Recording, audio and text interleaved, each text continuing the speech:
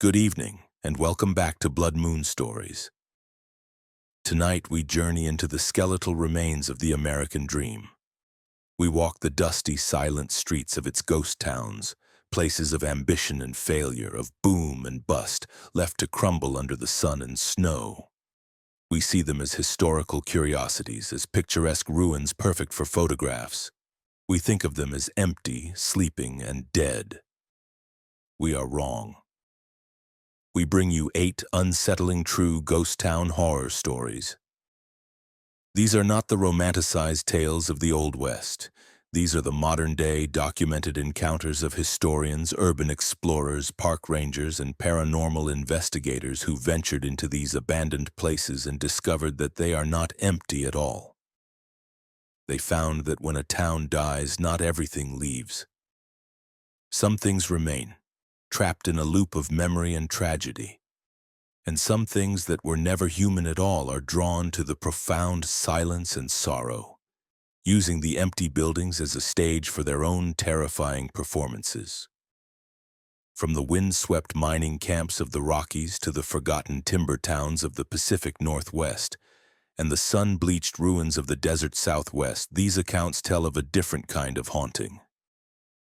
They speak of communities that don't know they're dead, of echoes that have gained substance, and of ancient entities that wear the history of a place like a mask. If you're new here, make sure to subscribe to Blood Moon Stories and activate the notification bell. You won't want to miss the warnings before you decide to explore the lonely, forgotten corners of the map. Now step carefully over the fallen timbers and broken glass. We are pushing open the creaking doors of America's abandoned past to listen to the stories the ghosts are still telling and to meet the things that are listening with them in the silence. Story 1. The Town That Doesn't Know It's Dead. Our first story comes from a historian and author named Dr. Alana Graves, a woman who had dedicated her life to preserving the stories of the American West. In the autumn of 2019, she received a grant to do on-site research for a book about hell-on-wheels towns, the temporary lawless settlements that followed the construction of the Transcontinental Railroad. Her research led her to a place in the high plains of Wyoming called Solitude, a town that, according to every historical record, had burned to the ground in 1888 and was never rebuilt. She went seeking the ruins of a dead town and found a place that refused to believe it had ever died. Solitude, Wyoming was a ghost town even in its heyday. It existed for less than 2 years, a chaotic, violent collection of canvas tents, rough-hewn saloons, and brothels that served the thousands of railroad workers laying track across the plains. Its end was as violent as its life. A whiskey-fueled dispute in the largest saloon erupted into a gunfight, which then knocked over a kerosene lamp. The ensuing fire, fanned by the relentless prairie wind, consumed the entire town in a single night. Official records listed over 100 dead, either from the fire or the preceding violence. The railroad moved on and the location was abandoned, left to the coyotes and the wind. Alana's goal was to find the site, conduct an archaeological survey of the ruins, and try to piece together the real story of that final violent night. After weeks of poring over old railroad maps and county surveys, she located the site.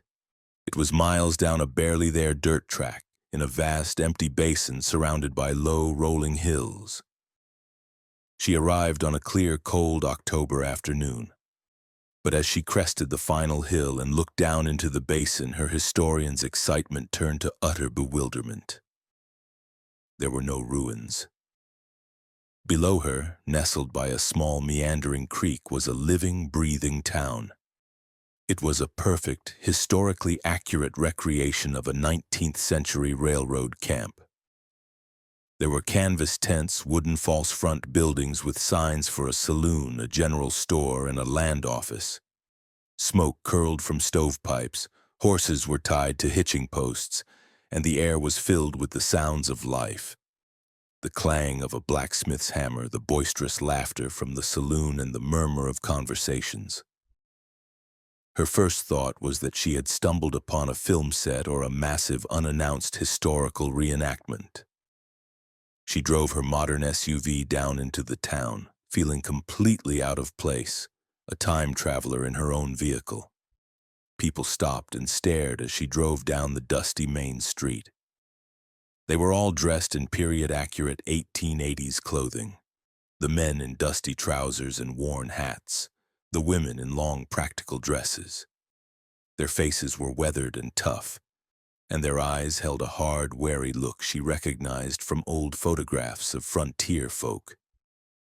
She parked her car in front of the general store and got out, feeling intensely self-conscious in her modern hiking gear. A man who looked to be the town sheriff with a drooping mustache and a tin star pinned to his vest approached her. "Afternoon, ma'am," he said, his voice a low, gravelly drawl.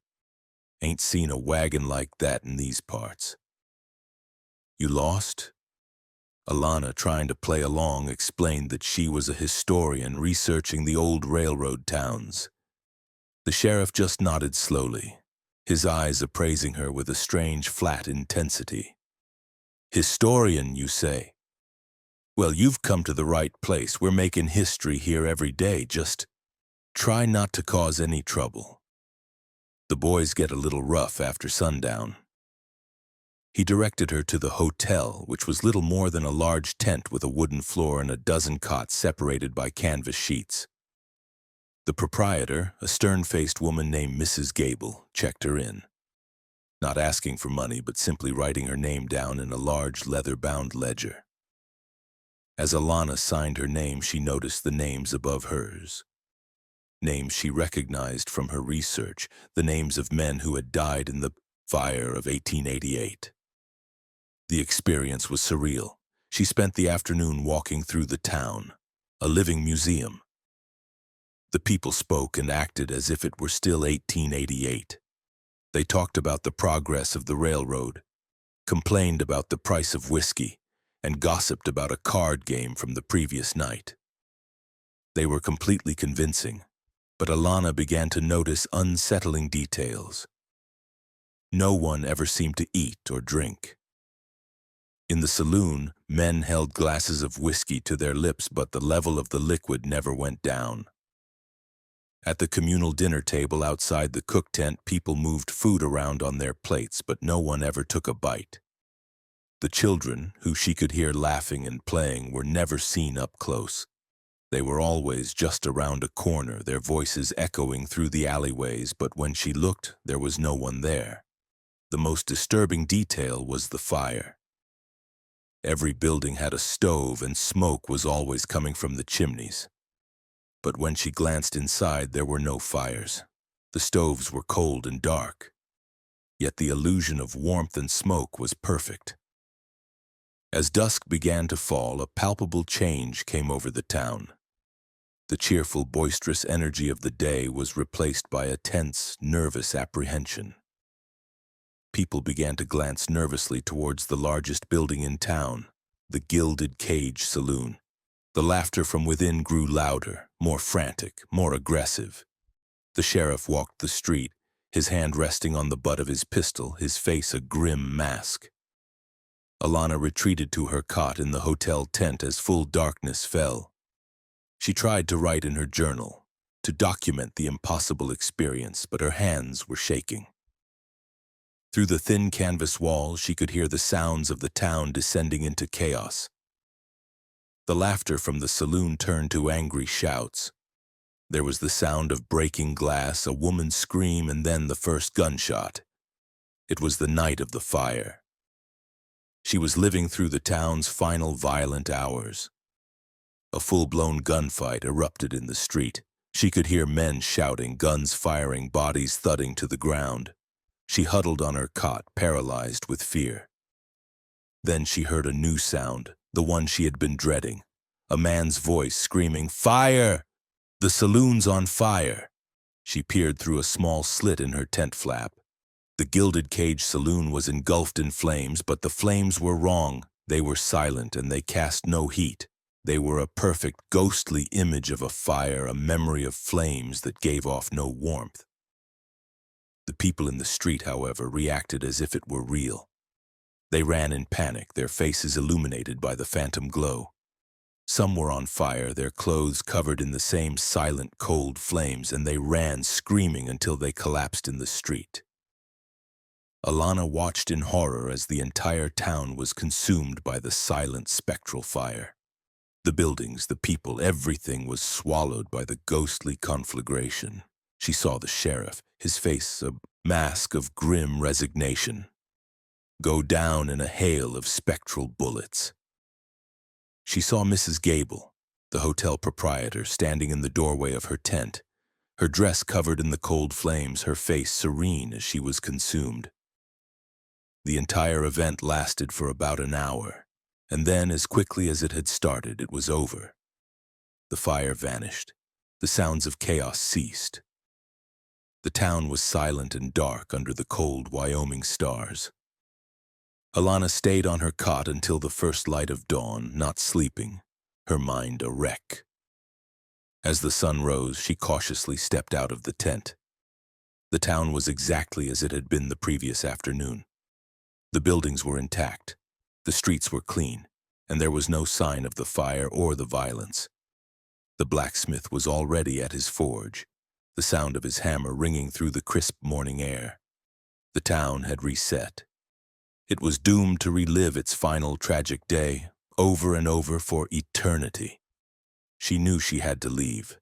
She walked towards her SUV, her movements stiff and robotic.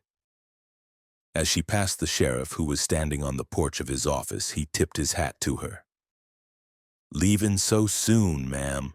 he asked, his voice flat. I have to," she stammered. The sheriff looked at her, and for the first time she saw something in his eyes beyond the weary hardness. It was a flicker of awareness, of profound, eternal sadness. "Some of us never get to leave," he said quietly. "This is our forever. The work is never done." Alana got in her car and drove away, not looking back. She drove for miles, her mind numb. When she finally risked a glance in her rearview mirror, the basin where the town of Solitude had been was completely empty. There was nothing there but sagebrush, rock, and the ruins of a few burned-out foundations, exactly as the historical records had said it should be. Dr. Alana Graves never wrote her book about Solitude. She couldn't. How could she write a history of a place that had never ended? She had the photographs she had taken, but they showed only empty prairie. She had the audio recordings, but they captured only the sound of the wind. She had no proof, only her own shattered memory of a town trapped in a loop of its own death, a place where the ghosts don't just haunt the ruins, they rebuild them every single morning, forever living their last violent day, blissfully, tragically unaware that they are already dead. Story 2. The Children of Body.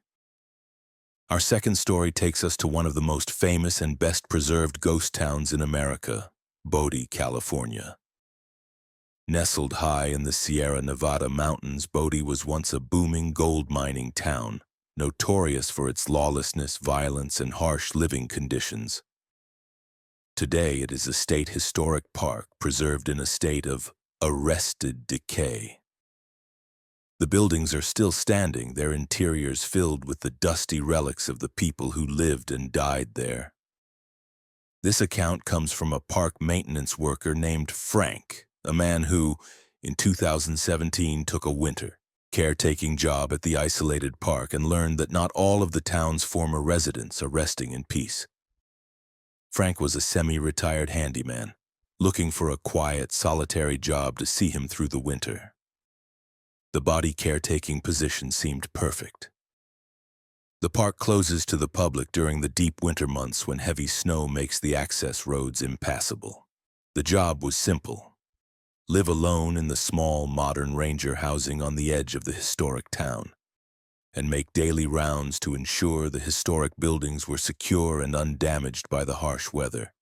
He would be completely isolated for months at a time, his only contact with the outside world a weekly radio check-in. For Frank, a man who preferred solitude, It was ideal. He settled in late November, just before the first major snowstorm closed the roads. The silence of the place was profound. The wind whistling through the decaying buildings was the only sound for miles. During the day, Frank would walk the deserted streets, checking on the old church, the saloon, the schoolhouse. He felt like the last man on earth, the sole guardian of a forgotten world. He loved the peace, the sense of history that permeated the very air. The stories of Bodie being haunted were legendary. Visitors frequently reported seeing apparitions, hearing phantom piano music from the saloon, or feeling unseen hands push them. There was also the famous curse of Bodie. Any visitor who takes anything from the town, even a rock or a rusty nail, is said to be cursed with terrible bad luck until the item is returned. Frank, a practical man, dismissed it all as folklore, the product of an overactive imagination in a spooky setting.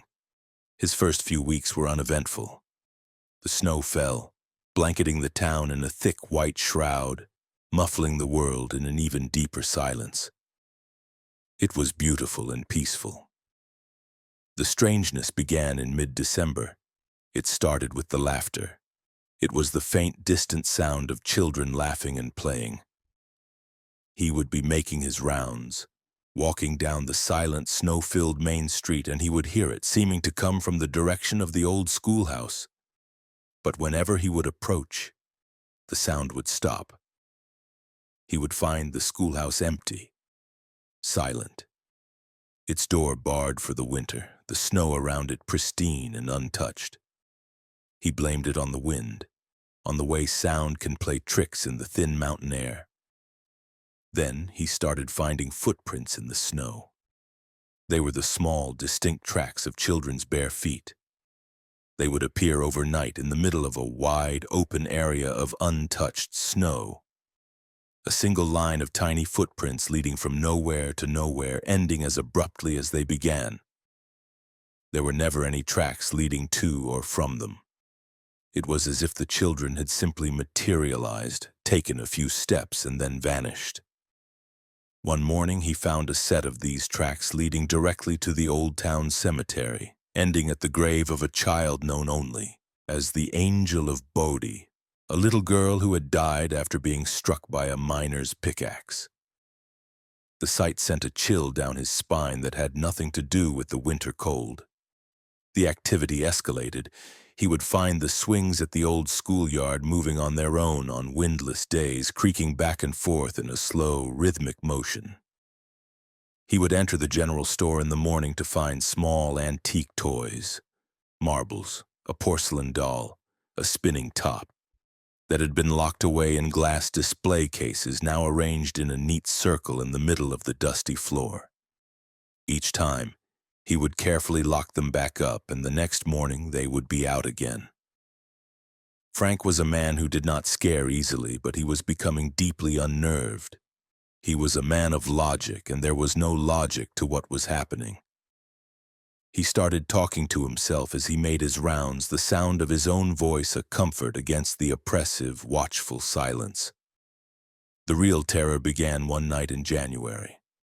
A massive blizzard had descended on the Sierras, and Frank was snowed in, the wind howling outside his small, modern cabin. He was reading by the light of a propane lamp when he heard a soft, hesitant tapping on his window. He froze. The ranger cabin was a mile from the historic town, surrounded by miles of deep, impassable snow. No one could be out there. Tap, tap, tap. It came again, a small, insistent sound. With his heart pounding, Frank moved to the window and wiped away the frost. Pressed against the other side of the glass, its small hands cupped around its face as it peered in, was the face of a little girl. She was pale and thin, with large, dark, sorrowful eyes. She was wearing a simple, old-fashioned calico dress, completely inadequate for the blizzard raging around her. She looked no older than 7. Frank stumbled back from the window, his mind reeling. He knew it was impossible. But the face had been so real, so solid. He thought of the Angel of Bodie's grave. The tapping stopped. It was replaced by a soft, pleading voice, a child's voice muffled by the wind and the glass. "Please, mister, can I come in? I'm so cold." Frank was torn. Every rational part of his brain told him it was a hallucination, a trick of the storm and his own isolation-addled mind.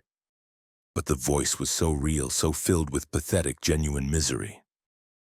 What if it was real? What if some lost child had somehow wandered into the park? He couldn't just leave her out there to die. "Who are you?" he shouted through the door. "I'm lost," the voice cried. "My pa works at the mine. I can't find my way home. Please, it's so cold. The mine. The mines in Bodie had been closed for over a century. A new voice joined the first, this one a boy's. "Let us in. We won't be any trouble. We just want to get warm by your fire." Frank crept back to the window. Now there were two of them. A small boy dressed in dusty overalls and no shoes stood beside the girl. They both stared at him, their faces pale and pinched, their dark eyes vast and empty. "Go away!" Frank yelled, his voice cracking with fear. "You're not real!" The children's expressions changed. The sad, pleading looks vanished, replaced by a cold, ancient, and utterly malevolent cunning. The little girl smiled, a thin, cruel smile that didn't reach her dead eyes. "Oh, we're real," she whispered, her voice losing its childish lilt and taking on a dry, rasping quality, like the sound of dead leaves skittering across a grave. "And we are so very cold, and so very hungry." The boy beside her began to laugh, a high, thin, giggling sound that was more terrifying than any scream. As he laughed, his form began to waver and distort. His small body elongated, his limbs stretching and thinning into long, stick-like appendages. The girl's form did the same, her calico dress seeming to melt into a shroud of gray, tattered rags. They were no longer children. They were tall, gaunt, inhuman things, their faces now just smooth, pale ovals with two dark, empty holes for eyes. Frank screamed and backed away from the window, grabbing a heavy iron fire poker. The creatures outside began to circle the cabin, their long, spindly limbs carrying them through the deep snow with an effortless gliding motion. They scraped their long, sharp fingers against the wooden walls, a sound like rats clawing to get in. They giggled and whispered, their voices a horrifying chorus of stolen childhood innocence and ancient evil. They began to test the cabin, pushing on the door, rattling the windows. Frank, in a frenzy of terror, barricaded the door with furniture and huddled in the farthest corner of the room, the fire poker held in a white-knuckled grip. The siege lasted for the rest of the night. The creatures toyed with him, mimicking his own terrified whimpers, calling his name in the voices of his wife and children who were safe hundreds of miles away. They were trying to break his mind, to feed on his fear. Just before dawn, the sound stopped. As the first gray light of the sun touched the snow, Frank dared to look outside. The creatures were gone. The snow around the cabin was a pristine, untouched blanket of white. There were no footprints, no tracks, no sign that anything had been there at all. Frank broke.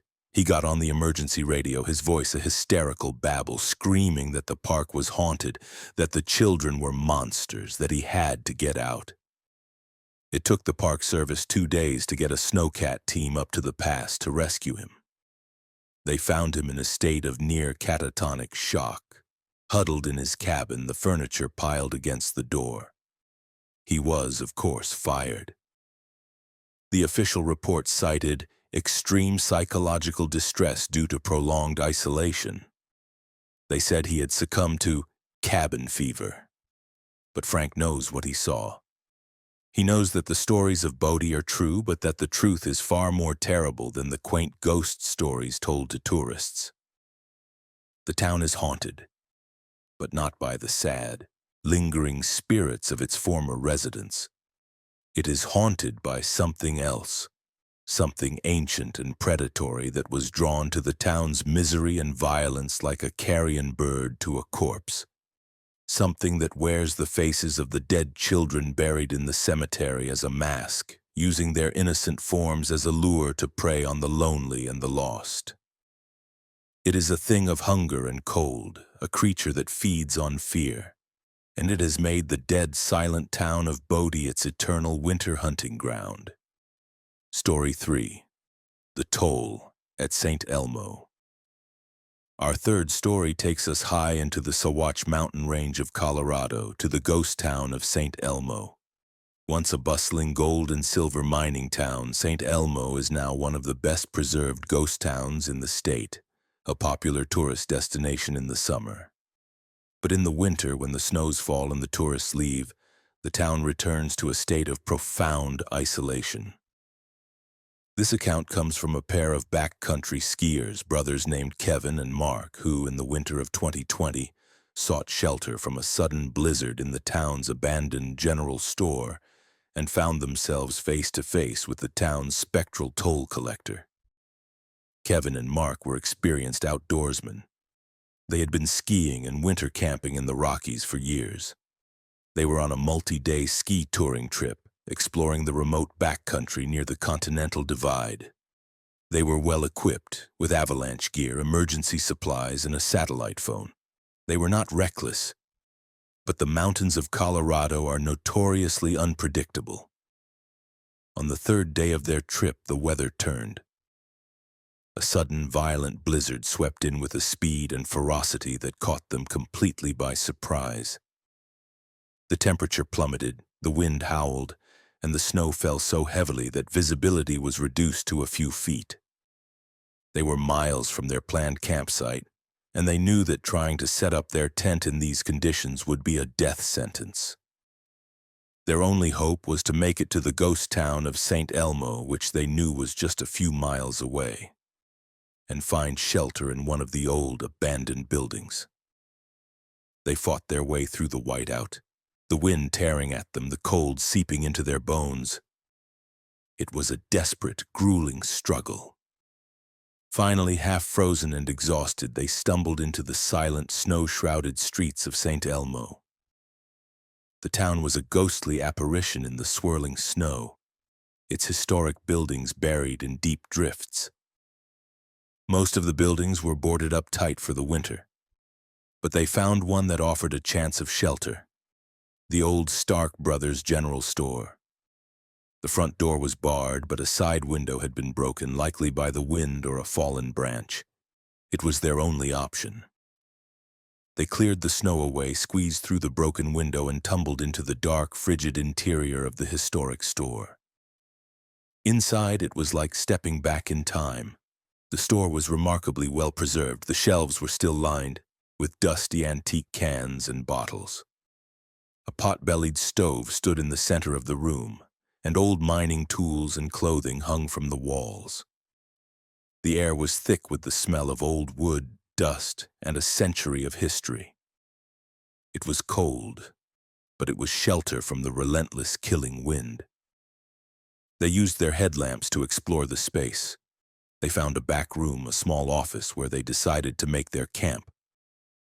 They laid out their sleeping bags, fired up their small camp stove to melt snow for water, and began to thaw out, their bodies aching with cold and exhaustion. As the last of the daylight faded and the blizzard raged outside, a strange and profound silence fell over the interior of the store. The howl of the wind seemed to recede, becoming a distant, muffled sound. The only noise was the hiss of their stove and their own ragged breathing. It was Mark who noticed it first. "Do you feel that?" he whispered, his voice tight. "Feel what?" Kevin asked. "It's watching us," Mark said. "The whole store." "It's watching." Kevin felt it too. It was an oppressive, heavy feeling, as if the very air had grown thick and was pressing in on them.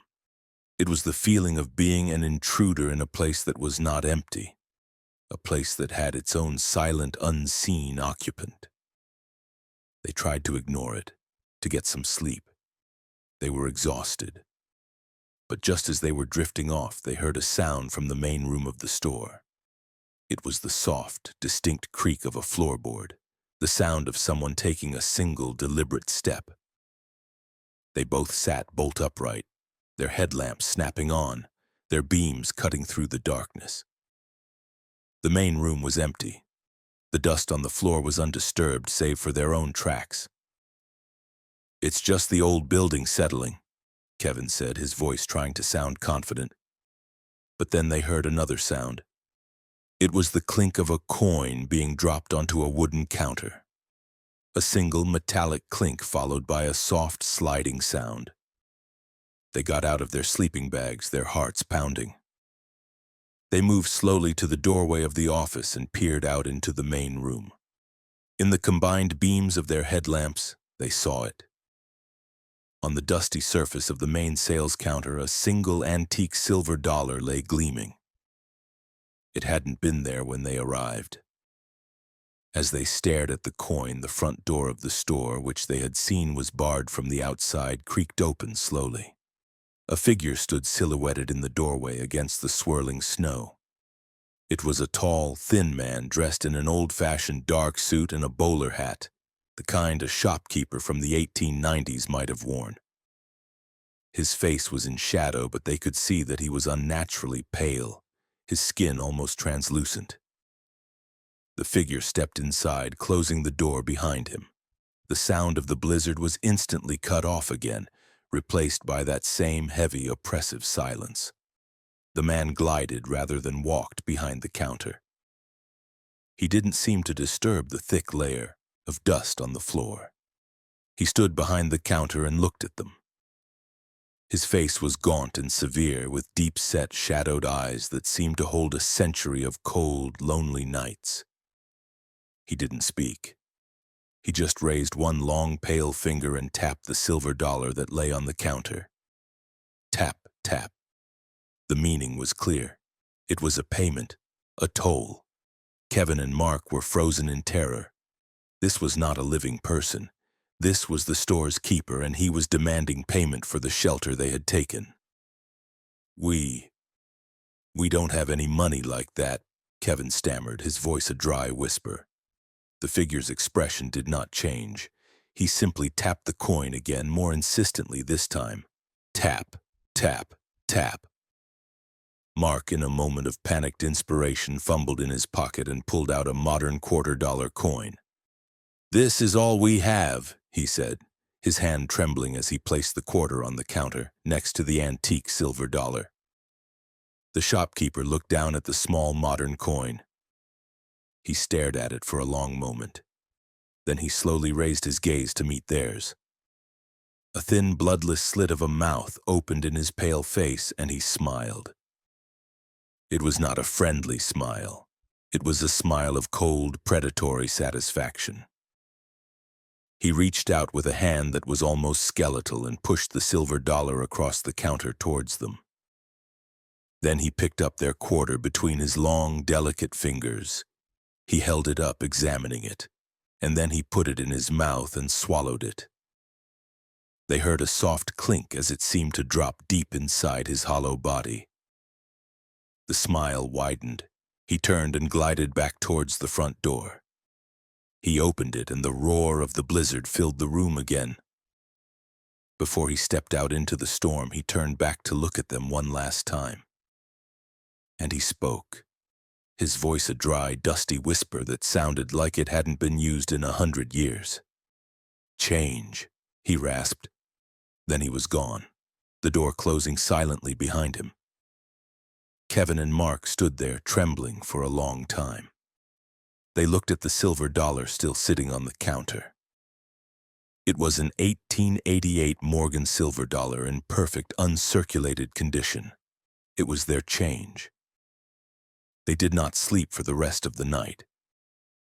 They huddled together in the office, listening, but the store remained silent. When the storm finally broke at dawn, they didn't even bother to pack their gear properly. They stuffed their sleeping bags into their packs, squeezed back out through the broken window, and skied away from St. Elmo as fast as their exhausted legs could carry them. They left the silver dollar on the counter. They made it back to their vehicle and drove straight home, their ski trip cut short. They tried to tell their friends what had happened, but the story sounded insane. They had no proof, only a shared, terrifying memory. Kevin, a history buff, did some research on St. Elmo. He found the story of Anton Tony Stark, one of the original brothers who had founded the general store in the 1880s. Tony Stark was known as a shrewd and notoriously miserly businessman. He was obsessed with money, particularly silver dollars, which he was known to collect. He had died in the store in the winter of 1898, alone, during a blizzard, officially from a heart attack, though legends said he had starved to death rather than dip into his own stores. His last recorded words, spoken to a trapper who had found him, were a complaint about a customer who had tried to pay with newfangled currency. Kevin and Mark had not just found shelter from a storm. They had become customers in a transaction that had been waiting for over a century. They had paid a toll to the spectral keeper of St. Elmo, a man so consumed by his greed that he was damned to tend his empty store for eternity, forever waiting for the next lost traveler to come in from the cold and forever seeking payment. They learned that in the ghost towns of the high Rockies, some debts are never settled, and the price of shelter can be far more than you are prepared to pay. Story 4. The Miner of Vulture City. Our fourth story takes us to the sun-baked, hostile landscape of the Sonoran Desert in Arizona. To the ghost town of Vulture City. This was once the most productive gold mine in Arizona's history, a rough-and-tumble town that sprang up around the rich Vulture mine in the 1860s. It was a place of immense wealth and equally immense violence. The town was home to a famous hanging tree where 18 men were executed for high grading, stealing gold ore. The mine closed, the town died, and today it stands as a privately owned, partially restored tourist attraction. This account comes from a night watchman named Jake, a former cop who in 2022 took a job guarding the historic site and discovered that one of the town's most notorious miners is still working his claim. Jake was a retired police officer from Phoenix looking for a quiet, low-stress job to supplement his pension. The Vulture City night watchman position seemed perfect. The owners were concerned about vandalism and theft of historic artifacts. Jake's job was simple: patrol the 30-acre site from sunset to sunrise, ensure the buildings were secure, and keep an eye out for trespassers. He was armed, had a powerful truck, and a lifetime of experience dealing with trouble. He was not a man who was easily spooked. He set up his base of operations in the small, modern security office near the main entrance. The first few weeks were exactly as he'd hoped, dead quiet. His nights consisted of slow, methodical patrols through the silent, dusty streets, the only sounds the crunch of his boots on the gravel and the whisper of the desert wind through the skeletal remains of the old buildings. He would check the locks on the restored assay office, shine his flashlight into the dark, gaping maw of the main mine shaft, and stand for a moment under the gnarled, ancient ironwood tree where so many men had met their end. The place had a heavy, sorrowful atmosphere, but to Jake, it was just history. The strangeness began in his third week. It started with a sound. He was on his midnight patrol near the old Glory Hole, a massive open pit mine, when he heard it. It was the distinct rhythmic sound of a pickaxe striking rock, echoing up from deep within the earth. Clink. Pause. Clink. He froze, listening. The sound was coming from the direction of the main mine shaft, a vertical shaft that had been sealed with a heavy steel grate decades ago for safety. He walked over to the shaft, his powerful flashlight beam cutting through the darkness. The grate was secure, its massive padlock untouched. But the sound was clearer here, echoing up from the black, bottomless depths. It was the unmistakable sound of someone mining. He called it in to his supervisor, who was off-site. The supervisor laughed. "That's just the ghost miner, Jake," he said. "The place is full of stories like that. It's probably just the old timbers in the shaft creaking. Don't worry about it. Jake, a man who trusted his own ears over folklore, was not convinced. The sound was too regular, too rhythmic, too intentional to be creaking wood. He logged it as an unexplained auditory event and continued his patrol, a new sense of unease settling over him. The next night it happened again.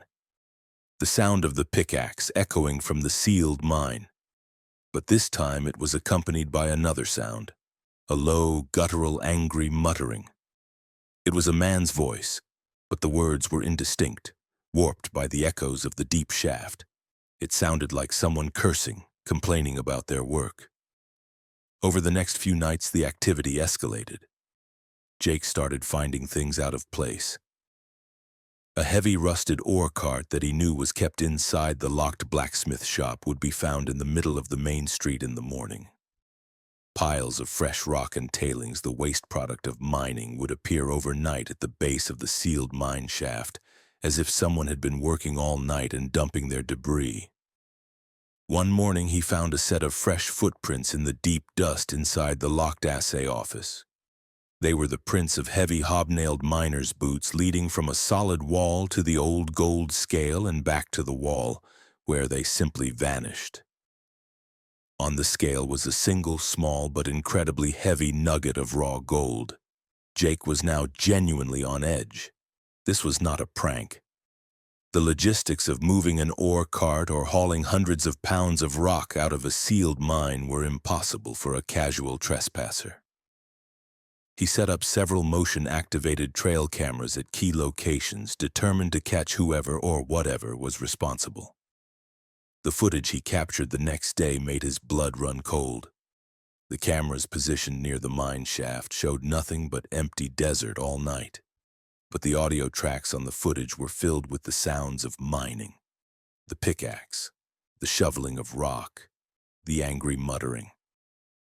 The camera, inside the assay office, however, captured an image that would haunt him forever.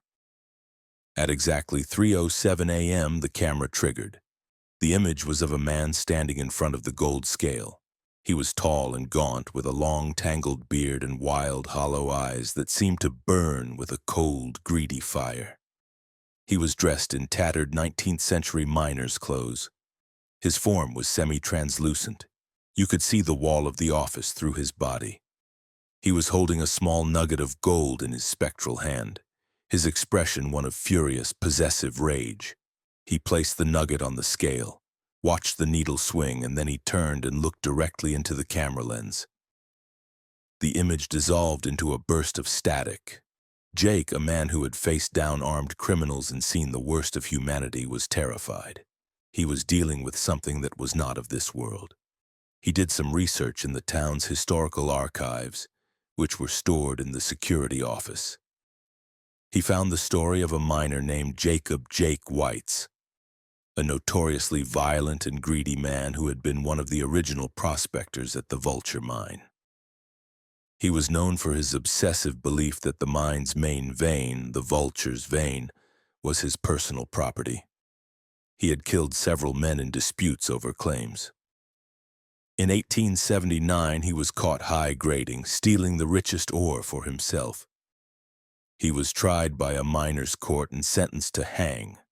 According to the story, as he stood on the gallows under the hanging tree, his last words were a curse, screamed at the other miners, "You can kill me, but you'll never have my gold. I'll work this mine forever, it's mine." Jake the watchman now knew the name of his ghost. It was his own namesake, Jacob Whites, still working his claim, still driven by the same insatiable greed that had led him to the gallows over a century ago. The final confrontation happened a week later. Jake was on his patrol near the hanging tree when he heard the sound of the pickaxe. But this time it wasn't coming from the mine shaft, it was coming from directly behind him. He spun around, his flashlight beam cutting through the night.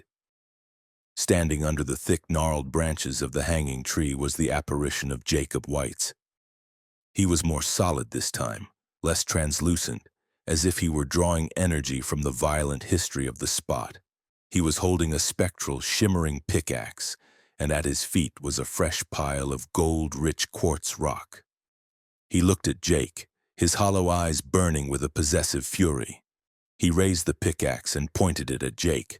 A voice, dry and raspy like stones grinding together, echoed in the silent air, though the spirit's lips did not move. "My claim," it rasped. "My gold. Get out." Jake, relying on his old police instincts, stood his ground. "This isn't your claim anymore, Whites," he said, his voice surprisingly steady. "You're dead. This is a historic park now. Your work is done." The spirit let out a horrifying, enraged shriek, a sound that was a mixture of a man's scream and the grating of metal on rock. It lunged at Jake, the spectral pickaxe held high, ready to strike. Jake didn't run. He did the only thing he could think of. He shone his high-powered, million-candle-power flashlight directly into the spirit's face. The effect was instantaneous and dramatic. The spirit recoiled as if struck by a physical blow, shielding its face. The bright modern light seemed to cause it physical pain. Its form began to waver and dissolve, becoming transparent and smoky. The angry, guttural muttering intensified, but it was now mixed with a sound of pain and confusion. "Too bright," the voice rasped. "The sun. It burns." The spirit of Jacob Whites was a creature of the deep, dark earth, of the mind's absolute blackness. The pure, concentrated light of modern technology was anathema to it. Jake kept the beam fixed on the spirit. It slowly backed away, its form becoming more and more indistinct until it was little more than a shimmering distortion in the air.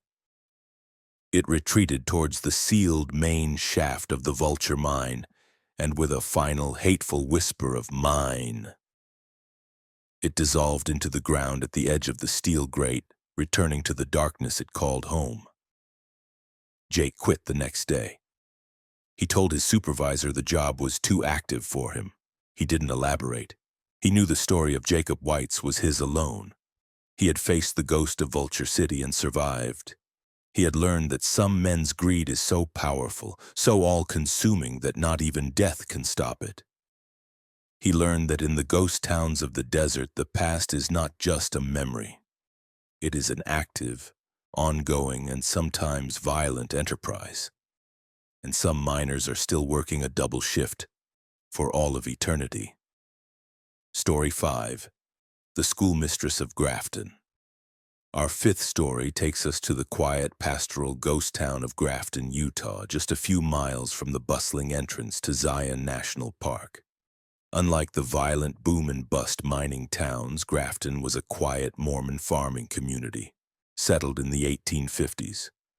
Its history is one of hardship, floods, and a quiet, determined faith. The town was eventually abandoned in the 1940s. Today, a handful of its original, beautifully preserved buildings remain, including a schoolhouse, a church, and several homes. This account comes from a young couple, Sarah and Tom, who, in 2021, were hired by the Grafton Heritage Partnership to spend a summer as on-site caretakers, and who learned that the town's last school teacher is still trying to maintain order. Sarah was a historical preservation student and Tom was a carpenter. The job was a dream come true for them. They would live in a small modern trailer tucked out of sight behind the old town site, and their duties were to perform minor repairs on the historic buildings, give informal tours to the handful of daily visitors, and ensure the site was secure at night. It was a peaceful, idyllic summer job. Grafton is famous among paranormal enthusiasts. It was featured in the movie Butch Cassidy and the Sundance Kid, but its real fame comes from its ghosts. Visitors often report seeing a woman in white staring out of the windows of the old John Wood home, and the feeling of being watched is a common complaint. Sarah and Tom were aware of the stories but were cheerful skeptics, attributing the tales to the town's lonely, evocative atmosphere. The first month was perfect. They worked on the old buildings during the day, enjoying the quiet beauty of the place, and spent their evenings reading and watching the stars. The town had a peaceful, serene feeling. The strange occurrences began in July, and they were all centered on the old one-room schoolhouse. It was a beautiful, simple building with rows of small wooden desks, a pot-bellied stove, and a blackboard still covered in faint, chalky lessons from the past. It started with the bell. The schoolhouse had a small bell tower with a rope that hung down in the entryway. One afternoon, as they were working on the roof of a nearby cabin, the bell began to ring. It wasn't the frantic ringing of an alarm, it was a slow, steady, methodical ringing, the kind a teacher would use to call children in from recess. Ding, dong, ding, dong. It rang for exactly 1 minute and then stopped. The air was dead calm. There was no wind to move the rope. They checked the schoolhouse. It was locked and empty. A few days later, Tom was inside the schoolhouse carefully repairing a broken window frame. He had his tools laid out neatly on one of the old desks. He had to go back to the trailer to get a different size of screwdriver. He was gone for less than 5 minutes. When he returned, his tools were no longer on the desk. They had been taken from his messy pile and arranged in a single, perfectly straight line on the teacher's desk at the front of the room, sorted by size from smallest to largest. Sarah, trying to find a logical explanation, accused Tom of being absent-minded, but Tom swore he hadn't touched them. The incidents grew more frequent and more personal. They would leave their work site for lunch and return to find their tools put away, their sawdust swept into a neat pile, and a single perfect apple sitting on their workbench. They started leaving small gifts on the teacher's desk in the schoolhouse, a fresh wildflower, a shiny rock from the riverbed. The next morning the gift would be gone, and in its place would be a small antique object from the school's own collection, a slate pencil, an old nib pen, a polished agate marble. It was a trade. A silent, polite communication. They began to feel that they were not just caretakers, but students being watched over by a strict but benevolent spectral schoolmistress. The feeling was not menacing. It was orderly, disciplined, and a little unnerving. They started referring to the ghost as the schoolmistress.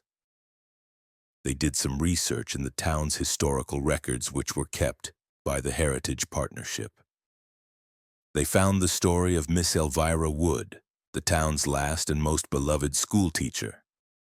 She had taught in the one-room schoolhouse for over 30 years, from the 1890s to the 1920s. She was known as a stern but deeply caring woman, a pillar of the small community. She was fanatically devoted to order, cleanliness, and the proper education of her students. She had never married and had no children of her own. The school and its students were her entire life. She had died in her sleep in her small cabin next to the schoolhouse in the winter of 1926. Sarah and Tom felt a strange kinship with her. They began to speak to her as they worked, complimenting her on the tidiness of the schoolhouse, thanking her for her help. The strange, orderly events continued, and they grew accustomed to them. The atmosphere changed in late August. A group of rowdy, disrespectful tourists visited the town. They ignored the "do not touch" signs, let their children run wild through the historic buildings, and carved their initials into one of the old school desks. Sarah and Tom were furious, but park policy was to educate, not confront. They politely asked the group to be more respectful, but were met with jeers and insults. The family finally left late in the afternoon, leaving a trail of litter and minor vandalism in their wake. That night, the feeling in Grafton changed. The peaceful, orderly silence was replaced by a heavy, oppressive atmosphere of cold, silent rage. As Sarah and Tom sat in their trailer, they heard a sound from the direction of the schoolhouse. It was the sharp, repeated crack of a ruler being slapped against a wooden desk. Crack, crack, crack. It was a sound of pure, undiluted anger. They looked out their window towards the schoolhouse. A single bright light was glowing in the window, as if someone had lit a powerful lantern inside. Against their better judgment, they decided they had to investigate. They walked slowly towards the schoolhouse, the sound of the ruler slapping getting louder and more frantic. As they approached, they could see a figure silhouetted in the brightly lit window. It was the figure of a woman in a high-collared 19th-century dress, her hair pulled back in a tight bun. She was standing at the front of the classroom, her back to them, her arm rising and falling as she slapped the ruler against the teacher's desk. They crept to the side window and peered in. The room was bathed in a cold, white, spectral light. Standing at the front of the room was the apparition of a stern-faced woman, the schoolmistress. But her benevolent, orderly presence was gone. Her face was a mask of cold fury, her eyes burning with an angry light. And the classroom was not empty. Sitting at the desks, frozen in place like terrified statues, were the spectral figures of 4 children. Sarah and Tom recognized them instantly. They were perfect ghostly replicas of the children from the disrespectful family that had visited earlier that day. They sat bolt upright in their seats, their hands clasped on the desks in front of them, their faces pale with terror, their eyes wide and fixed on the furious figure of the schoolteacher. "You will learn respect," the schoolmistress said, her voice no longer a whisper but a sharp, clear, and commanding tone that echoed in the silent room. "You will not defile this place of learning. You will not dishonor the memory of those who struggled to build it. You will stay here and you will learn your lesson." She turned to the blackboard, a piece of chalk lifted from the tray on its own, and in a perfect, elegant 19th-century script began to write a single sentence over and over again. "I will honor this place. I will honor this place. I will honor this place." The 4 spectral children, in perfect, terrified unison, picked up their own pieces of phantom chalk and began to copy the sentence onto their slates, their movements stiff and robotic. Sarah and Tom backed away from the window, their hearts pounding. This was not a gentle, orderly spirit. This was a powerful, territorial entity, a guardian who would enforce her rules with a terrifying, eternal discipline. The children were not just ghostly apparitions. They were spiritual prisoners, their spectral essences trapped and forced to attend this terrifying night school as punishment for their daytime transgressions. They retreated to their trailer and did not emerge until the sun was high in the sky the next morning. When they went back to the schoolhouse, it was silent and empty. The light was gone. But on the blackboard, still faintly visible, were the lines that had been written the night before. And on the desk that the tourist family had carved their initials into, the carvings were gone. The wood was smooth and polished, as if the damage had never happened. But sitting in the center of the desk were 4 small, perfectly formed, but very old and very rusty children's toys. A punishment and a warning.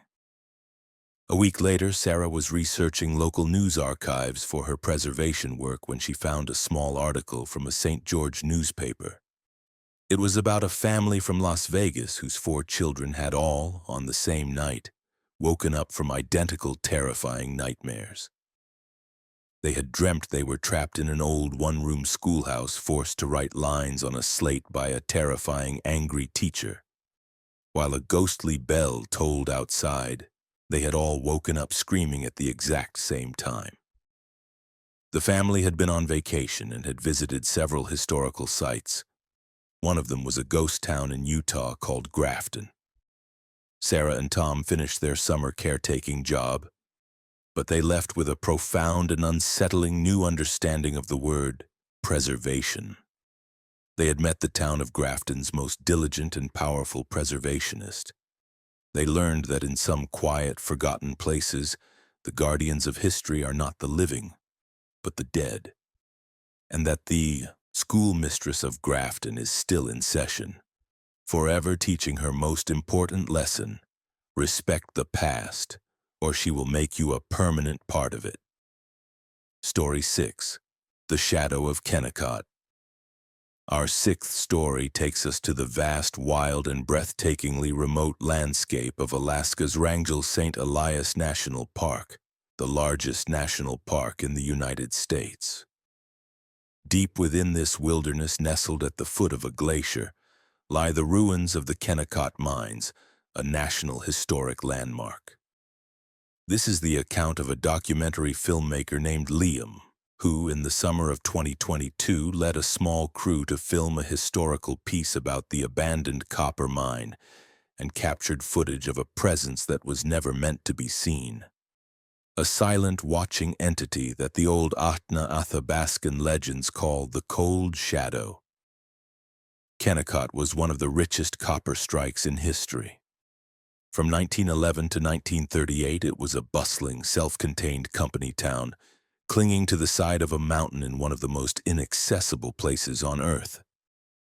The mine's centerpiece was a massive 14-story concentration mill, a towering, bright red building that still dominates the landscape. When the copper ran out, the company shut down the operation almost overnight, leaving everything behind. The town was abandoned to the harsh Alaskan elements.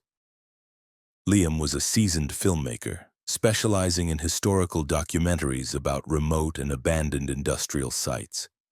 His crew was small and professional: Maya, his sound engineer and partner, and Ben, a young, fearless drone operator.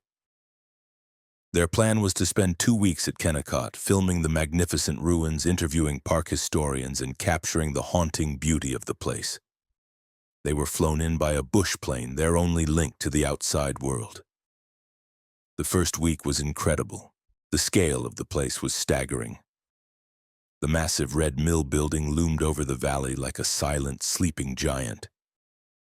The crew explored the abandoned bunkhouses, the old hospital, and the silent, rusting power plant.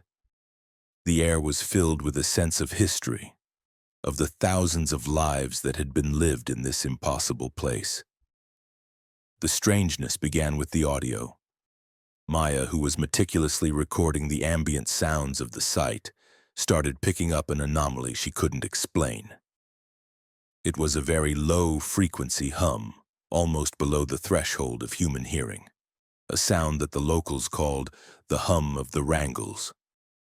It was a known but unexplained phenomenon, often dismissed as seismic activity or wind resonating at a specific frequency. But Maya's equipment showed that this hum was different. It was not constant. It seemed to pulse, to change in intensity. And it always grew stronger whenever they were near the entrances to the old mine shafts that riddled the mountain above the town. On the 8th day, Ben was flying his drone to get aerial shots of the 14-story mill building. He was an expert pilot, and he was maneuvering the drone close to the upper floors, capturing stunning footage of the decaying structure against the backdrop of the massive Kennecott Glacier. He was watching the live feed on his monitor when he suddenly swore and brought the drone back in a hurry. "What's wrong?" Liam asked. "I don't know," Ben said, his face pale. "Look at this." He played back the footage. As the drone had passed by a grimy, broken window on the 12th floor of the supposedly empty mill, a figure was clearly visible inside. It was a tall, dark shape, standing perfectly still in the shadows of the room, watching the drone. The footage was brief, only a second or two, but it was undeniable. "It's probably just a park ranger or another tourist," Liam said, trying to rationalize it. "No," Ben insisted. "That part of the mill is structurally unsound. It's been closed to all access, even for park staff, for over 20 years. No one is supposed to be up there." They showed the footage to the head park ranger, a man named Elias, a local Ahtna man who had worked at the park his entire life. He watched the short clip, his face grim and unreadable. "You should not have seen that," he said quietly. "There are things in the high places of the mine that were awakened when the company first dug into the mountain. My grandfather called it the Cold Shadow. He said it doesn't like to be seen, it watches. It's a thing of the rock and the ice and the deep cold darkness of the earth. He advised them to stay away from the upper levels of the mill and, most importantly, to stay out of the mine tunnels. They weren't just digging for copper, Elias said, his voice low. They broke into something else, something that should have been left sleeping. Liam, a filmmaker smelling a story far more interesting than the one he had come to tell, was intrigued rather than frightened. Against Elias's stern advice, he became obsessed with capturing another glimpse of the figure. The next day, he and Ben took the drone up again, this time focusing specifically on the upper floors of the mill. For an hour, they saw nothing but empty, decaying rooms. Then, as the drone hovered outside a window on the 14th floor, the topmost level, they saw it again. The same tall, dark figure was standing in the center of the room. It was not a man. It was too tall, too thin, its proportions all wrong. It had no discernible features, just a solid man-shaped silhouette of pure, featureless black, like a hole cut in the fabric of reality. As the drone hovered, the figure slowly raised a long, thin arm and pointed directly at the drone. On Ben's monitor, the drone's battery level, which had been at 80%, instantly dropped to 0. The screen went black. The drone, its power cut, fell from the sky and crashed onto the rocks below, shattering into 100 pieces. "What the hell was that?" Ben yelled. "It was a full battery!" "That's impossible." Liam was silent, his mind racing. The entity had not just been seen. It had interacted with their equipment. It had demonstrated power. That night, the atmosphere at Kennecott changed. The beautiful, historic melancholy of the place was replaced by a palpable sense of menace. The low-frequency hum Maya had been recording grew in intensity until it was an almost constant oppressive vibration that they could feel in their chests. Liam, driven by a reckless, obsessive need to get the ultimate shot, decided he had to go into the mill that night. Maya begged him not to. "This is not a story, Liam," she pleaded. "This is real. Elias warned us, but Liam wouldn't listen." Armed with a powerful flashlight and a high-sensitivity, low-light camera, he entered the massive, dark, and officially forbidden structure. Maya and Ben waited outside, communicating with him via a two-way radio. The interior of the mill was a terrifying vertical maze of decaying wood, rusting machinery, and dark, gaping holes in the floor. Liam climbed the rickety stairs, his footsteps echoing in the vast, silent space. The hum was louder in here, a deep, resonant thrum that seemed to emanate from the very bones of the building. "I'm on the 5th floor," he whispered into his radio. "Nothing yet, just a feeling. It's cold in here. So cold." He continued to climb. The higher he went, the colder it got, a damp, unnatural cold that had nothing to do with the Alaskan night. On the 10th floor, he found strange, crystalline frost patterns covering the walls, forming complex geometric shapes like the carvings they had seen in the redwood forest. "Liam, get out of there!" Maya's voice crackled over the radio, filled with panic. "The hum is overloading my equipment. The needles are in the red." "Almost there," Liam whispered back, his obsession overriding his fear. "I have to see it." He reached the 12th floor, the level where they had first seen the figure. The room was empty, but the feeling of being watched was overwhelming. He could feel a cold, analytical gaze on him from the shadows. He climbed the final set of stairs to the 14th floor. The room was vast and empty. The roof opened to the sky in places, and in the center of the room it was waiting for him. It was just as he had seen it on the drone footage.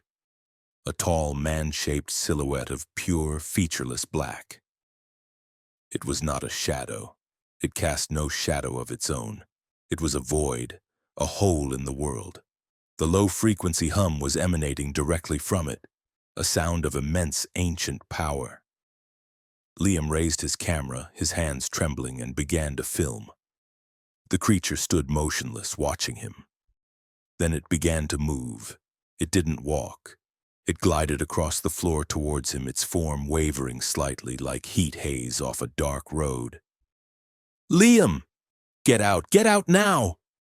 Maya screamed over the radio, but Liam was frozen, mesmerized by the impossible sight. The creature glided to within 10 feet of him and stopped. It tilted its head, a gesture of curiosity. Then it slowly raised its long, black, featureless arm and pointed at him. Liam felt a sudden, intense, and agonizing cold shoot through his body as if he had been plunged into glacial water. His camera fell from his hands, his vision blurred. The last thing he heard was the creature's voice, not in the air but inside his head, a voice that was not a voice, but the feeling of immense geological pressure and the cold, slow, patient thought of ice and rock. "You have seen," it thought into his mind. "Now, you will be unseen." Maya and Ben heard Liam scream over the radio. A short, choked-off sound followed by silence. They called his name for an hour, their frantic shouts echoing unanswered from the dark, silent mill. They were evacuated by the Park Service the next morning. An extensive search was launched for Liam. They searched the mill from top to bottom. They searched the surrounding wilderness. They searched the deep, dark, and dangerous mine tunnels. They never found him. Not a body, not a piece of clothing, not a drop of blood. His camera was found on the 14th floor, its memory card wiped clean, its internal electronics completely fried as if by a massive electromagnetic pulse. Liam's disappearance was officially attributed to a fall into an unmapped crevasse or an undiscovered mine shaft within the unstable mill building. His body was listed as unrecoverable. But Elias, the old Atna ranger, knew the truth. He told Maya and Ben that the cold shadow is a guardian, a spirit of the place. It doesn't kill. It collects. It absorbs. It takes those who see it, who intrude upon its silent watch, and it makes them part of its own shadowy, silent nature. It erases them from the world. Maya and Ben never released their documentary. The footage they had was terrifying but inconclusive. They had a few seconds of a blurry shape in a window, and then nothing. They knew what they had witnessed, but it was a story they could never tell. They had learned that in the vast, silent wilderness of Alaska, some ruins are not empty. They are occupied, and some shadows, when you look at them too closely, look back. And sometimes they reach out and pull you in, leaving nothing behind but a story that no one will ever believe. Story 7. The Echoes of Thurmond. Our 7th story takes us to the deep, narrow gorge of the New River in West Virginia, to the historic railroad town of Thurmond. In the early 20th century, Thurmond was a classic boom town, a bustling, chaotic hub for the region's coal industry. With more coal running through it than Cincinnati, Ohio, it was a place of immense wealth and legendary debauchery. It was home to 2 hotels, 2 banks, and a raucous saloon that was rumored to have hosted the longest-running poker game in history.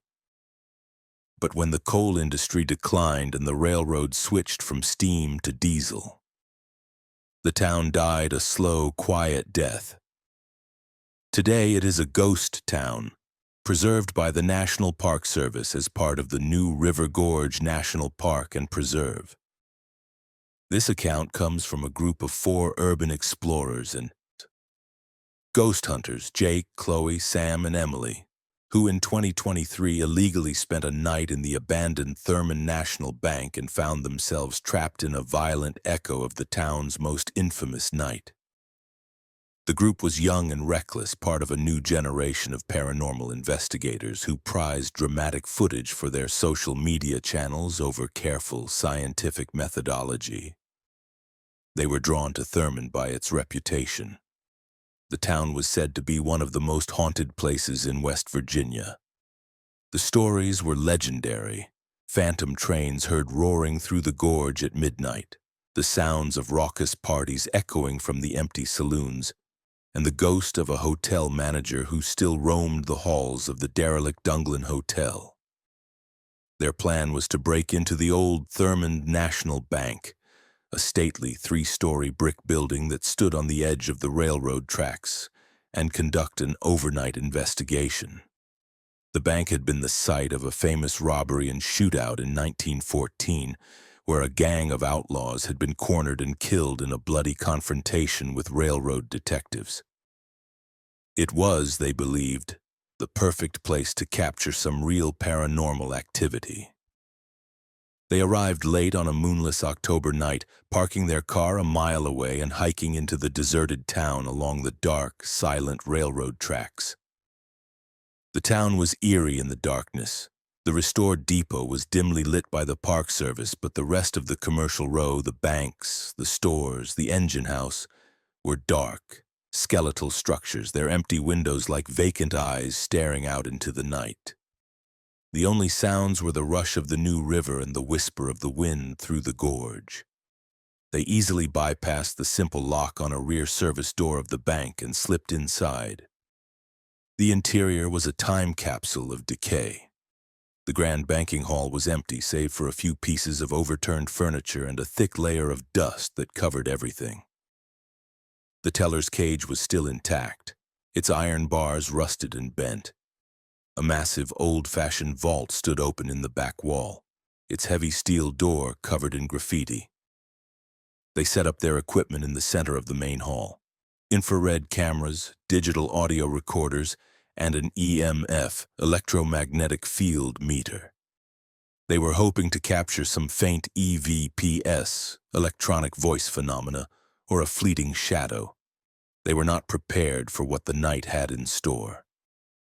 For the first few hours, nothing happened. The building was silent, the air still and heavy. They took turns telling ghost stories, their voices echoing in the large, empty space, their nervous laughter sounding unnaturally loud. The strangeness began just after midnight. Sam, who was monitoring the audio equipment with headphones, suddenly ripped them off his head, his face pale. "Did you guys hear that?" he whispered. "Hear what?" Chloe asked. "It sounded like a train," he said. "A really old one, a steam engine. It was so loud it hurt my ears, but it was only on the recording. I didn't hear anything in the room." They played back the audio. It was just as he described. The clear, unmistakable sound of a massive steam locomotive roaring past on the tracks just outside the bank, its whistle shrieking, the clatter of its wheels deafening. But they had all been sitting there and they had heard nothing. The tracks outside had been silent. A few minutes later, the EMF meter, which had been silent all night, suddenly sprang to life, its needle spiking into the red, its alarm beeping frantically. At the same moment, all their battery-powered equipment, their cameras, their flashlights, their phones, died simultaneously. They were plunged into absolute suffocating darkness. "What's happening?" Emily cried, her voice tight with panic. "Stay calm," Jake said, his voice trying to be authoritative. "It's just an electrical surge. We have backup chemical lights." But before he could get to his pack, a new light filled the room. It was a dim, flickering yellow light, the kind cast by old-fashioned gas lamps. The grand banking hall was no longer empty and decayed. It was pristine. The furniture was upright and polished. The teller's cage was gleaming, and the room was filled with people. They were dressed in the clothing of the early 20th century. Men in dark suits and bowler hats, women in long dresses. They were the bank's staff and customers going about their business, but they were not solid. They were translucent, shimmering apparitions moving in a silent, repeating loop of activity. A teller counting out phantom money, a customer filling out a spectral deposit slip, a bank manager talking to a client who wasn't there. The four friends were standing in the middle of a living memory, a ghostly replay of a normal business day. They were invisible to the spirits, They could walk among them, but the apparitions took no notice, their movements fixed in their eternal silent loop. It was fascinating and terrifying. But then the scene changed. The peaceful, looping memory of a normal day was shattered by a sudden, violent intrusion. The front doors of the bank burst open and 3 new figures stormed in. These spirits were different. They were darker, more solid, their forms crackling with a malevolent energy. They were dressed as rough-looking outlaws, their faces covered with bandanas, and they were carrying spectral, shimmering revolvers. The bank robbery of 1914 was about to play out in front of them. The lead outlaw fired his revolver into the ceiling, but instead of a loud bang, the sound was a deafening psychic shriek that made the 4 friends cry out and cover their ears. The peaceful, looping spirits in the bank panicked. Their calm, repetitive movements were replaced by a frenzy of terror. They ran. They screamed silent screams. They cowered behind the furniture. The 4 friends were no longer invisible observers. The dark, violent spirits of the outlaws seemed to be aware of them. The leader turned his head and looked directly at Jake, his eyes burning with a cold, dead fire from behind his bandana. "The money!" the spirit rasped, its voice a chorus of angry whispers. "Give us the money!" "We don't have any money!" Jake yelled, backing away. The spirit lunged at him, its form passing through him like a wave of icy cold that left him gasping and shivering on the floor. The other 2 outlaws advanced on the rest of the group, their spectral guns raised. Suddenly, the sound of shouting came from outside. The railroad detectives had arrived. The shootout began. The air was filled with the psychic shrieks of the phantom gunfire. The translucent spirits of the bank customers and staff were caught in the crossfire, their forms dissolving as they were shot. The 4 friends were trapped in the middle of a violent, ghostly war. They scrambled for cover, hiding behind the teller's cage as the spectral bullets flew through the room. They could feel the impacts not as physical blows but as waves of intense cold and despair that washed over them, draining their energy, making them feel weak and hopeless. The shootout was brutal and swift. The 3 outlaws were cut down, their dark, energetic forms exploding in a final burst of rage and pain before dissolving into nothing. The spirits of the detectives, their job done, faded away. The translucent, looping spirits of the bank staff and customers slowly reappeared, resuming their calm, repetitive, silent tasks as if nothing had happened. The violent memory had played out and the bank had returned to its default state, its peaceful, eternal loop. But the 4 friends were not okay. They were drained, cold, and terrified. They had to get out. They stumbled towards the rear service door through which they had entered. But the door was no longer there. The wall was solid, covered in the same old peeling plaster as the rest of the building. Their exit was gone. They were trapped. They tried the front doors, but they wouldn't budge, as if they were sealed by an unseen force. They were prisoners in the bank's memory. As the hours ticked by, the scene began to replay. The bank was filled with the looping spirits. Then the outlaws would burst in. The shootout would happen. The 4 friends were forced to relive the violent, terrifying event over and over again. Each time, the experience was more draining, the psychic impacts of the phantom bullets more painful. They were becoming weaker, their own energy being fed into the repeating memory, making it stronger, more vivid. They realized with dawning horror that this was the bank's trap. It was a psychic predator. It lured people in, trapped them, and then used their living energy, their fear, to fuel its eternal violent drama. They were not just watching the memory, they were becoming part of it. It was Emily, the quietest of the group, who figured it out. During a brief, peaceful loop, she noticed the massive open vault in the back wall. The graffiti on the heavy steel door was modern. It was a sign of the outside world, the real world. It was an anomaly and the perfect historical recreation. "The vault," she croaked, her voice weak. "It's not part of the memory. It's our way out." During the next violent shootout, while the spirits were distracted by their own eternal battle, the four of them made a desperate run for the vault. They scrambled inside the dark, cavernous space and pulled the massive, heavy steel door shut, the sound of its locking mechanism echoing like a gunshot in the real world. Inside the vault, it was silent. The sounds of the phantom shootout faded away. They were in a pocket of reality, a place the bank's memory couldn't touch.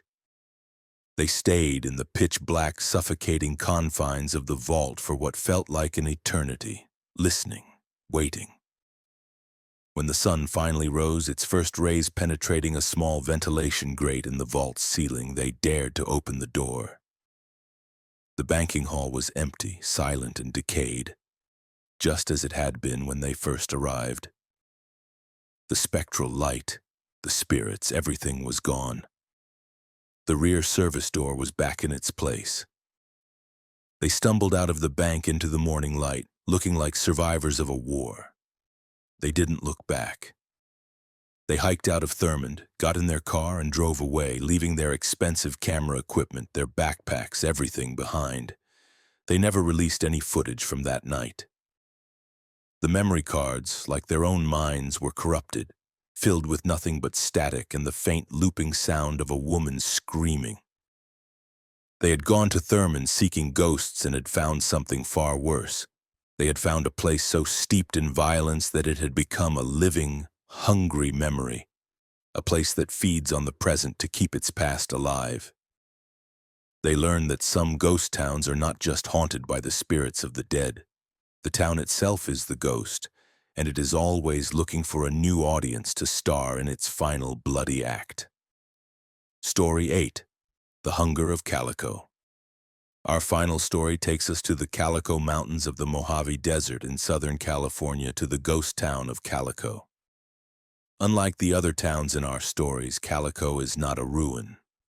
It was a silver mining boomtown in the 1880s, and after it was abandoned, it was purchased in the 1950s by Walter Knott of Knott's Berry Farm fame and largely restored as a tourist attraction.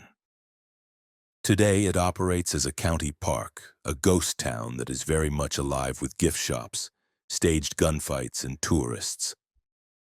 This account comes from a young man named David, who in 2023 took a summer job working at one of the town's souvenir shops. He went expecting a quirky, fun job and instead discovered the terrifying reason why the town never stays empty for long. David was a college student, looking for a summer job that was more interesting than flipping burgers. The ad for a retail associate at Calico Ghost Town seemed perfect. He would live on site, in a small modern dormitory with the other seasonal workers, sell old-fashioned candy and souvenirs to tourists during the day, and have the run of the historic town after hours. The job was fun at first. Calico was a fascinating place. The restored buildings, the old mine, the costumed historical interpreters, it was like living inside a Western movie. The town was nestled in a small, colorful canyon, and the desert sunsets were spectacular. The senior staff, the year-round employees who had worked at Calico for decades, were a strange, insular group. They were friendly enough, but they had a set of unwritten rules that they insisted the summer staff follow. Rule number 1, never be inside the main town area, especially near the entrance to the Maggie mine, after the sun has fully set. Rule number 2, if you hear whispering or your name being called on the wind at night, ignore it and go inside immediately. Rule number 3, and the most important, always leave a small bowl of water and a piece of bread outside the dormitory door each night. David and the other young workers laughed it off as quirky local superstition, part of the ghost town theatrics. For the first month, they followed the rules mostly as a joke. The strangeness began in late June as the desert heat intensified. It started with the tourists. David noticed a pattern. Every day, at least one or two visitors would become suddenly and inexplicably ill. They would be fine one moment and the next. They would be pale, dizzy, and incredibly weak, as if all the energy had been drained from them in an instant.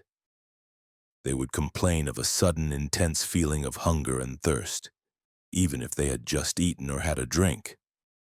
The park's EMTs would be called, and the visitors would be taken to the first aid station, where they would usually recover after some rest, food, and water, often with no memory of the episode. David noticed that these incidents always happened in the same areas, near the entrance to the old Maggie mine, in the dark, cool interior of the assay office, or near the town's small, dusty cemetery. One evening after the park had closed and the last of the tourists had left, David was walking back to the dormitory. He had forgotten his water bottle at the souvenir shop and decided to go back for it. The sun had just dipped below the canyon walls, and the town was bathed in a deep, purple twilight. As he walked down the empty main street, he felt a sudden, intense wave of dizziness and weakness, just like he had seen happen to the tourists. The world seemed to gray out at the edges, and he felt a hunger so profound it was painful, a gnawing emptiness in the pit of his stomach. He stumbled, catching himself on the railing of a porch. As he stood there trying to clear his head, he heard a sound. It was a faint, dry, whispering sound like sand skittering across rock. It was coming from the dark, open doorway of the building across the street, the old assay office. He looked up. In the deepening shadows of the doorway, he saw a figure. It was tall and impossibly thin, its limbs long and stick-like. Its skin was the color of dried, cracked earth, and it seemed to be covered in a fine layer of dust that shifted and swirled around it. It had no discernible face, just a smooth, blank surface. But David could feel it watching him, and he could feel something else coming from it. The same, intense, psychic pressure of hunger he was feeling in his own body. It was feeding on him, draining his energy from across the street. He remembered the senior staff's warning.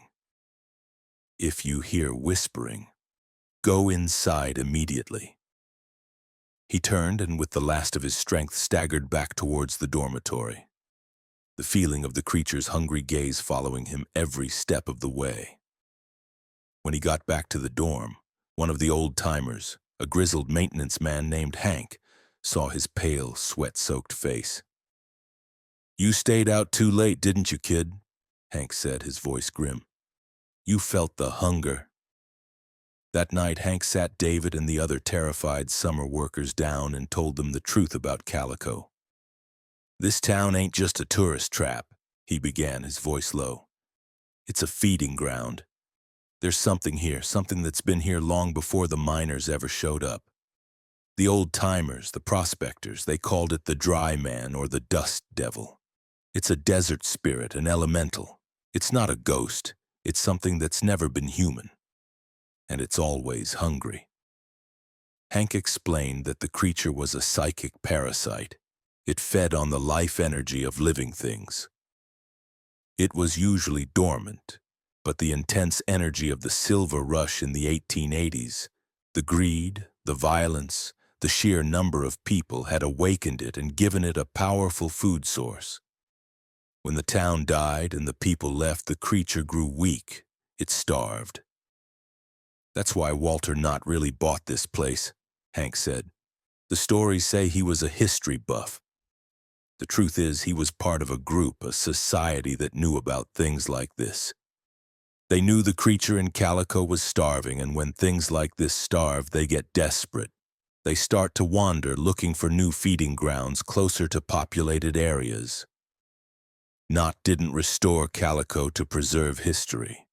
He restored it to create a farm." The realization hit David with the force of a physical blow. The tourists, the shops, the gunfights, the employees, it was all a lie. Calico wasn't a park, it was a farm, a human farm, designed to keep the creature fed, content, and most importantly, contained within the canyon. "The creature is weak," Hank continued. It can't take much from any one person without killing them, and that would draw too much attention. So it grazes. It takes a little bit from a tourist here, a little bit from a tourist there, just enough to leave them feeling weak and sick, but not enough to raise any real alarms. It's a sustainable harvest. And the rules, David asked, his voice trembling. The bread and water? That's the deal, Hank said. The toll. The creature is intelligent. It understands a bargain. We, the staff, the residents, we provide a constant, reliable source of energy, the tourists. In exchange, it mostly leaves us alone as long as we stay out of its prime feeding spots after dark. The bread and water aren't for it to eat. They're a symbol, an offering, a sign that we are upholding our end of the pact. The job was no longer fun. It was a terrifying daily duty. David now saw the town with new eyes. He saw the tourists not as customers, but as livestock. He saw the senior staff not as quirky old-timers, but as the keepers of a terrible secret, the wardens of an ancient, hungry god. He started to see the creature itself, fleeting glimpses of the tall, dusty, faceless figure standing in the shadows of alleyways or looking down from the windows of the empty buildings on the hill, always watching, always waiting for its next meal. The final horrifying incident happened in late August, just before David was scheduled to end his summer employment. A massive, unseasonable thunderstorm rolled through the desert, causing a flash flood in the canyon. The park was evacuated and the power went out. The staff were forced to shelter in the main restaurant building, the only structure with a solid foundation. The floodwaters receded after a few hours, but the town was left in an eerie, powerless darkness, cut off from the outside world. The creature, its daily supply of tourist energy suddenly cut off, grew desperate. It grew bold. They heard it first, the dry, whispering, sandy sound of its movement circling the building. Then the tapping began. At the windows, at the doors. It was testing the building, looking for a way in. Through the large plate glass windows of the restaurant, they could see it. It was no longer hiding in the shadows. It stood in the middle of the muddy street, fully visible in the flashes of lightning. It was taller than they had ever seen it, its form more solid, more defined. And it was not alone. There were two of them. No, three. An entire group of the tall, thin, dusty figures had emerged from the mines and the hills, drawn by the collective energy of the trapped staff and by their own gnawing, desperate hunger. The head of park security, a man who was clearly part of the society Hank had mentioned, gathered the staff. "It's a containment breach," he said, his voice grim but steady. "The hunger is too strong. The pact is broken for tonight. We have to give it something more." He and two other senior staff members went to a locked supply closet and came back with 3 large, heavy-duty duffel bags. They unzipped them. Inside were not emergency supplies. They were complex, scientific-looking devices, arrays of crystals and copper wiring connected to powerful battery packs. "What are those?"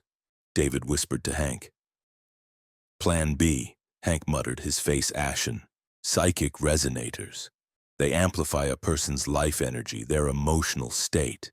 It's like ringing a dinner bell." The security head looked at the terrified group of seasonal workers.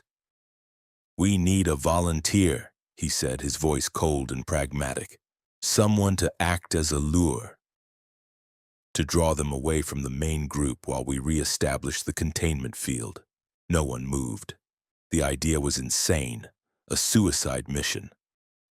Then one of the other summer workers, a young man named Chris, who had been particularly dismissive of the ghost stories, began to laugh, a high, hysterical sound. "You're all crazy," he said, backing away towards a side door. "I'm getting out of here." He threw the door open and ran out into the muddy street, screaming defiance at the figures. The effect was immediate. The dusty, faceless creatures all turned in unison and glided towards him, their movements silent and impossibly fast. They converged on him, their forms seeming to merge into a single swirling vortex of dust and shadow that enveloped him. He let out one short, choked scream, and then there was silence.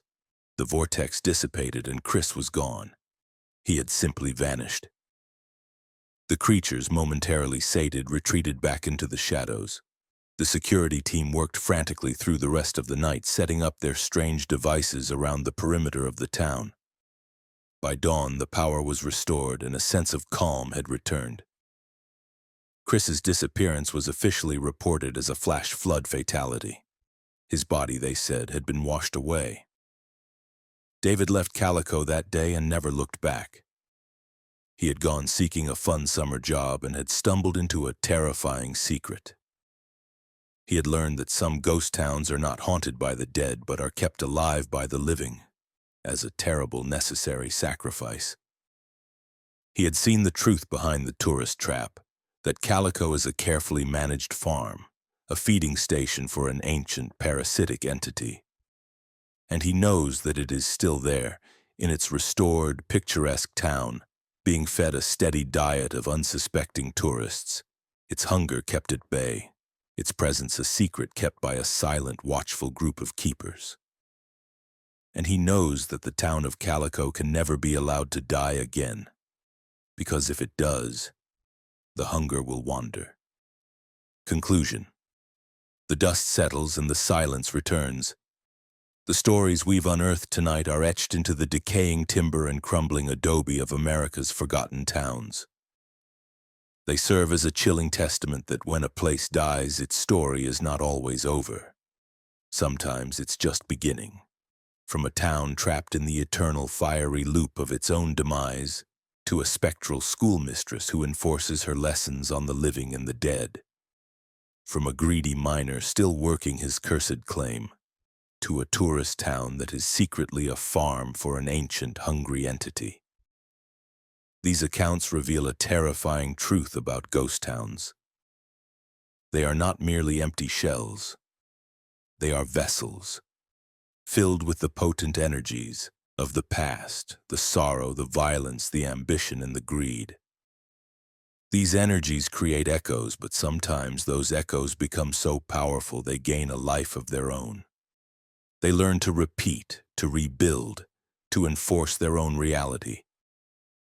And sometimes the profound silence and tragedy of these places act as a beacon, drawing in other things, ancient non-human entities that find these empty stages perfect for their own dark dramas, wearing the town's history like a costume. So the next time you walk the dusty streets of a ghost town and feel a sudden chill or hear a voice on the wind, pause and consider. You may not be alone. You may be an audience member in a play that never ended, a customer in a store that never closed, or worse, an intruder in a territory that is fiercely and eternally guarded. Thank you for walking with us through the haunted history of America's abandoned places. Until next time, be careful which doors you open in the lonely corners of the world. You may not like what's been waiting inside. This is Blood Moon Stories signing off.